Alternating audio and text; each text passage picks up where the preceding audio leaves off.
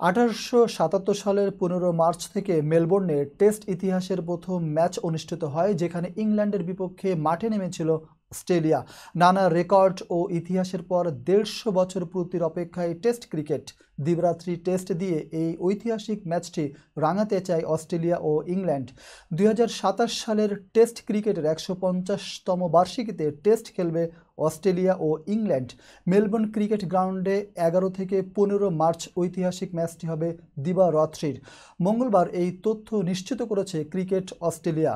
গত মাসের শুরুতে নারীদের অ্যাশেজ দিবারাত্রি টেস্টের পর মেলবোর্নের ভেন্যুতে প্রথমবারের মতো দিবারাত্রি টেস্ট অনুষ্ঠিত হবে।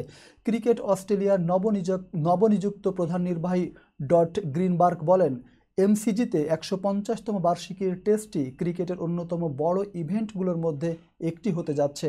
তিনি আরও বলেন, এই মৌসুমে শুরু হতে যাওয়া অ্যাশেজ সিরিজের 2 বছরের মধ্যে ঐতিহাসিক টেস্টের আকর্ষণ অনেকখানি বেড়ে যাবে।